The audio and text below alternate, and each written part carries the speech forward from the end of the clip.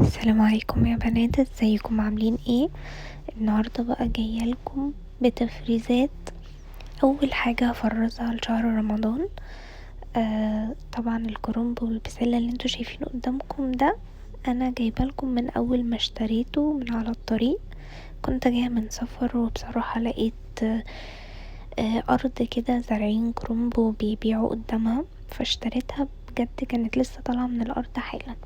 اول حاجه بقى ماما قطعتها زي ما انتوا شايفين كده، تقطيع الكرنب العادي، وسابت بقية الكرنباية كده بحالها علشان اللي حابب ان هو يسلق الكرنباية بحالها برضو تشوفوا الطريقة دي وتشوفوا الطريقة دي. حطيت مية على النار تغلي، واول ما غليت نزلت عليها بالملح والكمون.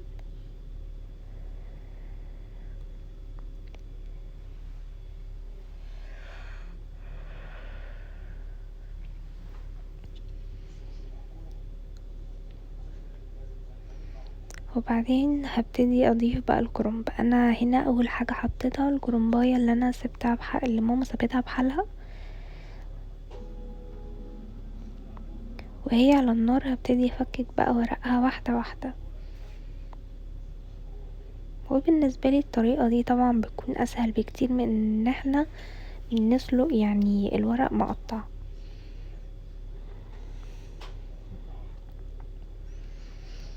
طبعا وانتوا بتسلقوا الكرنب خلوا بالكوا انه ما يتهريش، بالذات لو هتفرزيه. احنا طبعا بنفرز التفريزات دي لشهر رمضان، فهيقعد معانا مدة كبيرة في الفريزر، فهيتهري اكتر. انا هنا بوريكوا اهو درجة سواه.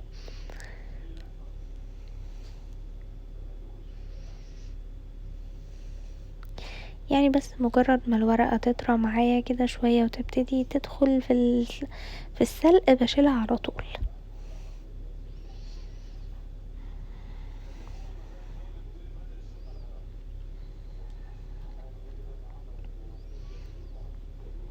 طبعا بكون مجهزة مصفى جنبي علشان اطلع عليها على طول وابتدي احط بقية الورق.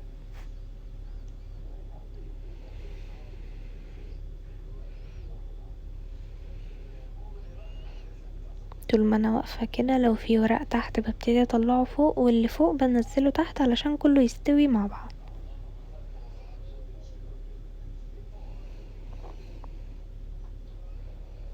وكده بقى طلعت كل الكمية اللي كنت بسلقها في الاول، وهحط الكمية التانية.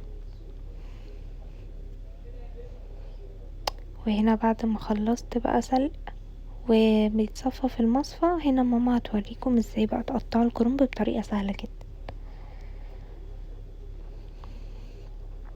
هتاخدوا الورقة كده وتتنوها، وبعدين تبتدي تقطعيها.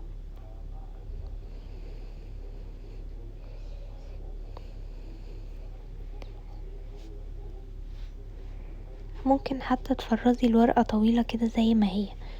هنا ماما كانت بتوريكم ان انتوا ممكن تحشوا الصباع وبعدين تقطعوا كل صباع وانتوا بتحشوه على طول، حتى لو انتوا مش عايزين تقطعوه يعني على قد صباع المحشي على طول، لا ممكن تحشوا وتقومي مقطعه على طول، ودي برضو طريقة اسهل.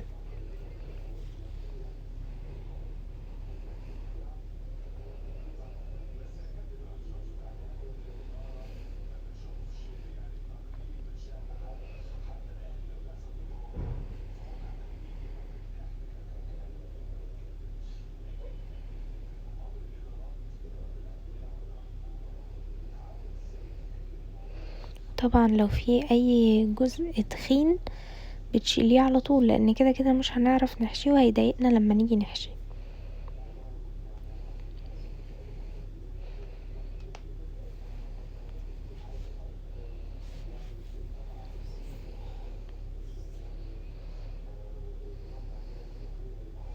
تقطيع الكرنب طبعا سهل جدا مفيهوش اي حاجة، بس انا حبيت اوريكم لو في بنات لسه مش بتعرف، فحبيت اجيب لكم طريقة ماما في التقطيع. وهنا هتوريكم ورقة تانية.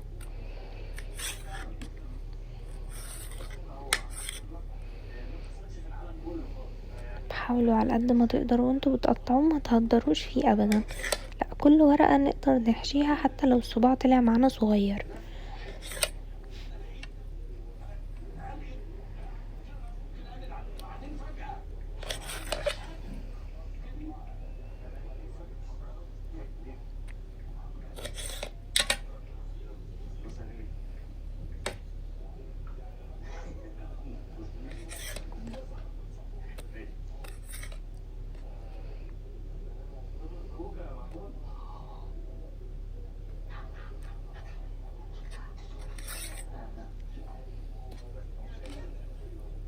وهنا بقى بعد ما خلصنا تقطيع الكرنب جه الوقت بقى ان احنا نشيله في اكياس علشان نشيله في الفريزر. طبعا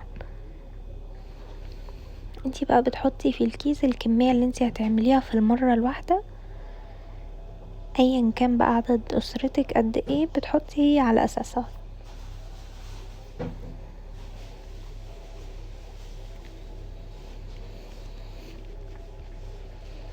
طبعا ممكن تفرزيه في علب عادي، بس احنا بنحب نفرزه في اكياس تلاجة. وطبعا لو الكيس كان اكبر من كده كان هيبقى احسن. اكياس التلاجة ما بتاخدش معاكي مكان خالص في الفريزر وبتكون اسهل حاجة.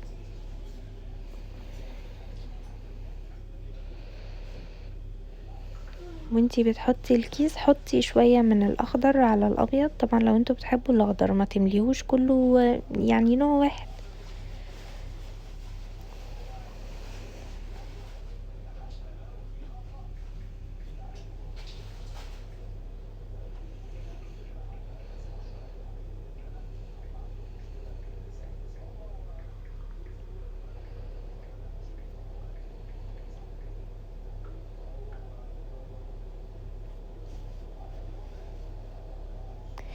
طبعا هو طلع معايا كمية اكبر من كده، بس احنا هنوريكم كيسين بس، وباقي الكمية هوريها لكم في اخر الفيديو. طبعا هما ما شاء الله كانوا مليانين جدا وما هدروش اي حاجة خالص.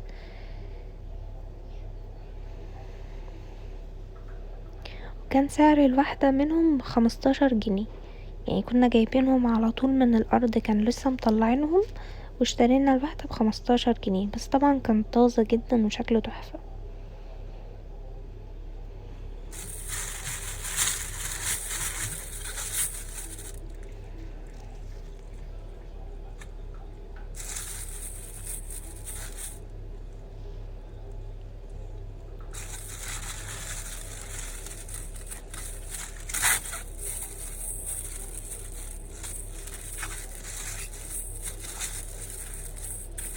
طبعا خلوا بالكم ان انتوا تقفلوهم كويس جدا وتطلعوا كل الهوا منهم. وهنا بقى كنا شارين بسلة زي ما قلتلكوا، بس قطعنا بقى عليها الجزر، يعني فصصناها طبعا وقطعنا عليها الجزر، وقلت برضو هحطها في الاكياس معاكم. البسلة دي برضو طبعا لرمضان.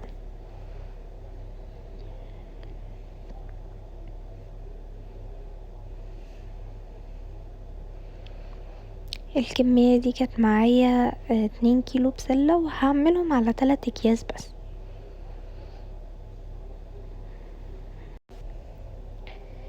طبعا خلوا بالكم ان انتوا تقفلوا الكيس كويس جدا عشان ما يقعش منها حاجة وانتي بتشيليها، وكمان تخرجي منها الهواء كويس قوي. طبعا انتي بتقسمي الكيس على قد الطبخة.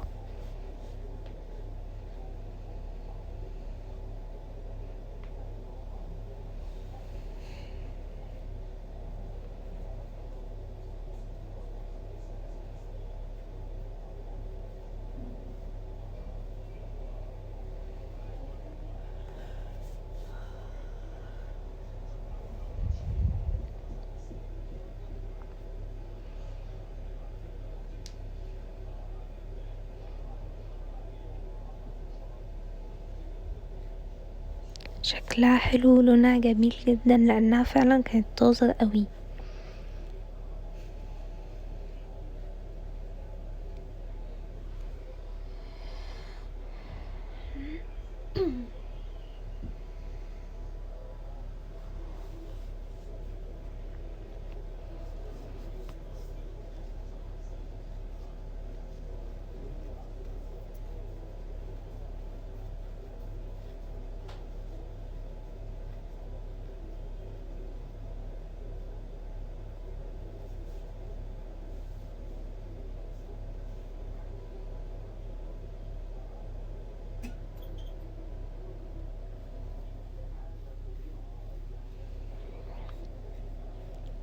وهنا بقى بعد ما خلصت كل التفريزات هشوفوا بقى شكل البسلة عامل ازاي، وكانت شكلها حلو قوي.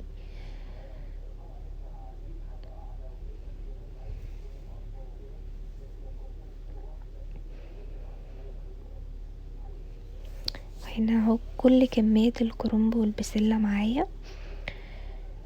ده طبعا الكرنبتين زي ما بقولكوا ده ال2 كيلو بسلة. ربطنا اهو كيس البسلة علشان ما يقعش منها اي حاجة لما اجي اشيلها. وده كان كيس خضار مشكل كان عندنا في الفريزر قبل كده. طبعا ده انا هزود عليه برضو كمية تانية علشان يعني يبقى جاهز للشوربة في رمضان، يسهل علينا على طول. وكده ابقى خلصت. لو عجبكم الفيديو متنسوش اللايك والاشتراك في القناة وتفعيل الجرس، واشوفكم ان شاء الله في فيديوهات جديدة.